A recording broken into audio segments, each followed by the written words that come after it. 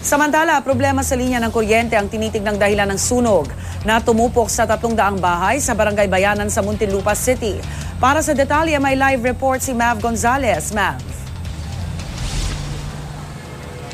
Rhea, nasa 600 pamilya nga ang nawalan ng tahanan sa sunog kagabi dito sa Bayanan, Muntinlupa City. Ang masaya sanang pagdiriwang ng Pasko natapos sa isang malaking sunog sa Bayanan, Muntinlupa City. Nasunog ang nasa 300 bahay sa Procsaísan, Guillermo area mag-aalas 8 kagabi. Umakyat sa ikalimang alarma ang sunog. Yung mga bahay nila is talagang combustible talaga. Dikit-dikit siya, so mabilis talagang lumaki yung sunog. Mahigit 30 taon ang nakatira dito si Lola Leonora. Mabuti na lang at natawag siya ng apo niyang si Joshua. Kung hindi ay baka nasunog din siya kasama ng bahay nila.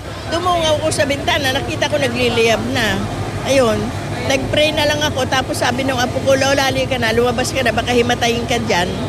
Si Lani naman, natutulog pa raw ang mga anak na 2 taon at mag-iisang taong gulang.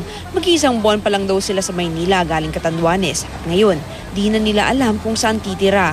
Kinato kami doon kasi nakasarado po kami, ate. Sabi, lumabas na kayo dyan, lumabas, may sunog na. Nung paglabas po namin, ate, yung sa ilabasan namin, yung tindahan po doon, nandun na po yung sunog.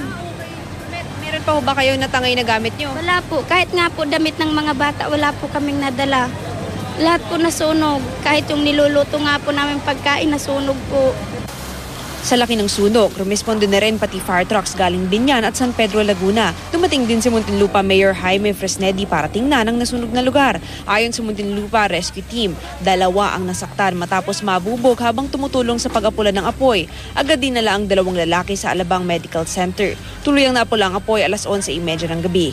Ayon sa mga bombero, titingnan nilang sanhi ng sunog ang electrical wirings at paputok. Pag Christmas talaga is marami talagang mga nag-overload tayo ng mga appliances natin. Marami talagang mga appliances na dinadagdag sa mga usual na connections natin.